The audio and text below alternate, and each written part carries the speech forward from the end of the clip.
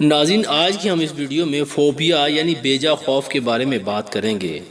ناظرین، بیجا خوف یا فوبیا ذہن کی اس حالت کو کہتے ہیں جب آپ کا دماغ کچھ خاص حالات میں اب نارمل بیہیو کرتا ہے۔ اس کی ایک مثال یہ لی جا سکتی ہے کہ ہوائی سفر سبھی کرتے ہیں، مگر آپ کو کچھ ایسے لوگ ملیں گے جو عمرہ اور حج کرنا چاہتے ہیں، وہ صرف اور صرف ہوائی سفر کے خوف کی وجہ سے وہ یہ کام نہیں کر سکتے۔ اس کے علاوہ آپ کو اکثر ایسے لوگ ملیں گے کہ جنہیں آپریشن کی اشد ضرورت ہوگی، لیکن وہ آپریشن کے خوف کی وجہ سے آپریشن نہیں کروانا چاہتے۔ یہ غیر ضروری خوف بنیادی طور پر فوبیا کہلاتا ہے، اور ماہر نفسیات کے مطابق یہ ایک دماغی مرض ہے جس کی کچھ وجوہات ہیں اور جس کی ٹریٹمنٹ بھی ممکن ہے۔ آج کی اس ویڈیو میں ہم فوبیا کے بارے میں بات کریں گے۔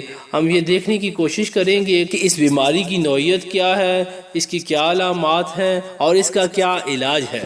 جیسا کہ میں آپ کو بتا چکا، فوبیا یا بیجا خوف کا عارضہ ایک ایسی نفسیاتی کیفیت ہے جس میں کوئی فرد مخصوص جگہوں، چیزوں یا حالتوں میں، حالانکہ یہی عوامل دیگر لوگوں کے لیے اتنے خوف کا باعث نہیں بنتے یا سرے سے خوف پیدا ہی نہیں کرتے۔ مذکورہ بالا کیفیات کی صورت میں خوف کے شکار افراد کے جسمانی افعال میں تیزی آ جاتی ہے، جن میں دل کا تیز دھڑکنا، پسینہ آنا اور ہاتھوں یا ٹانگوں کا کانپنا وغیرہ شامل ہے۔ ان کی شدید خواہش ہوتی ہے کہ وہ وہاں سے بھاگ جائیں اور بعض دفعہ وہ بے ہوش بھی ہو جاتے ہیں۔ بچے اس خوف کا اظہار رو کر، چلا کر اور والدین کے ساتھ لپٹ کر کرتے ہیں۔ ایک اندازے کے مطابق 2 سے 4% پاکستانی اس بیماری میں مبتلا ہیں۔ اب ہم بات کریں گے کہ بیجا خوف کی کتنی اقسام ہیں، یہ کس طرح کے ہوتے ہیں۔ بعض لوگوں کو کسی ایک مخصوص چیز، جگہ یا حالت، مثلا طوفان، اونچی جگہ، پانی اور چھپکلی وغیرہ سے خوف آتا ہے۔ اسے مخصوص فوبیا، اسپیسیفک فوبیا کہتے ہیں، جبکہ دیگر لوگ ایک سے زیادہ خوف کے شکار ہوتے ہیں۔ بیجا خوف کی ایک قسم معاشرتی خوف بھی ہے، جس میں مبتلا فرد لوگوں کا سامنا کرنے سے کتراتا ہے۔ اس کے لیے کلاس کے سامنے بولنا، اجنبی لوگوں سے ملنا، انٹرویو دینا اور اتھارٹی کے سامنے گفتگو کرنا بہت مشکل ہوتا ہے۔ اسی سے ملتا جلتا ایک اور خوف ہجوم کا ہے۔ اس کے شکار فرد کو لگتا ہے کہ وہ ہجوم میں گر جائے گا اور اسے کوئی سنبھالنے والا نہیں ہوگا، یا اس کی جان لوگوں کے آنے سے پہلے ہی نکل جائے گی۔ وہ عموماً بند جگہوں، مثلا واش روم اور گاڑیوں میں سفر کرنے سے گھبراتا ہے۔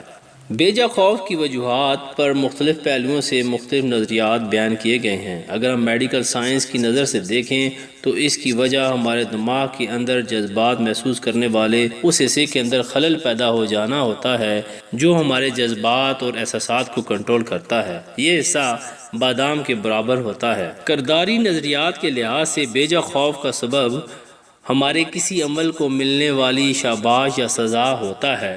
یہ بالعموم والدین یا ماحول کی طرف سے ملی ہوتی ہیں۔ بعض اوقات ہم یہ خوف دوسروں سے بھی سیکھتے ہیں۔ مثلا والدہ اگر چھپکلی سے ڈرتی ہے تو اس بات کا امکان ہے کہ اس کے بچے بھی اس سے ڈرنا شروع ہو جائیں گے۔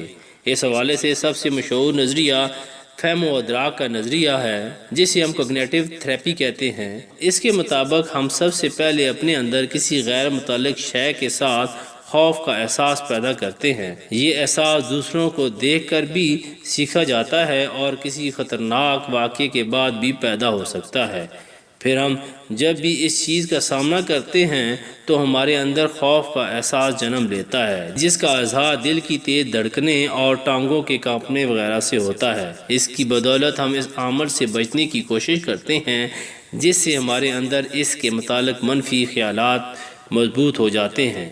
یہ خیالات ہمیں اس خوف سے نکلنے نہیں دیتے اور بیماری کا سائیکل جاری رہتا ہے۔ اس مرض کے علاج کے لیے مختلف طریقے اپنائے جاتے ہیں، جن میں سے کچھ کا ذکر میں یہاں کر دیتا ہوں۔ ان میں سب سے اہم طریقہ ادراک کی روحوں کی تھراپی ہے۔ بیجا خوف کا سب سے کامیاب علاج ادراک کی روحوں کی تھراپی، کوگنیٹو بیہیویئر تھراپی ہے، جس میں مریض کی غلط سوچنے کے انداز، اپنے آپ کو غیر ضروری خیالات سے بچانے اور رویوں میں تبدیلی پر کام کیا جاتا ہے۔ اس میں مریض کی کیفیت کے مطابق تھراپسٹ مختلف طریقے استعمال کرتا ہے جس میں غلط خیالات کو بدلنے اور ان کا مرحلہ وار سامنا کرنے کا طریقہ، خوف کے وقت خود کو پرسکون رکھنے کا طریقہ، خوف کا اچانک سامنا کرنے اور پرسکون رہنے کا طریقہ اور اس کے سامنے رول ماڈل پیش کرنا وغیرہ شامل ہیں۔ یہ علاج مختلف مراحل میں کیا جاتا ہے۔ پاکستان میں یہ تھراپی عموماً تربیت یافتہ کلینیکل سائیکالوجسٹ کرتا ہے جس نے ماسٹرز کے بعد اس شعبے میں ڈپلومہ، MS یا PhD کی ہوتی ہے۔ فوبیا کا دوسرا علاج ادویات سے کیا جاتا ہے جسے ماہر ڈاکٹرز ہی کر سکتے ہیں۔ بے جا خوف کے لیے انزائٹی یعنی پریشانی کم کرنے والی ادویات کا بھی استعمال کیا جاتا ہے جو کہ ایک سائیکائٹرسٹ سے لی جاتی ہیں۔ جیسا کہ ہم نے شروع میں یہ بات ڈسکس کر لی کہ کوئی بھی خوف بنیادی طور پر دماغ کے ایک مخصوص حصہ کے اندر پیدا ہوتا ہے۔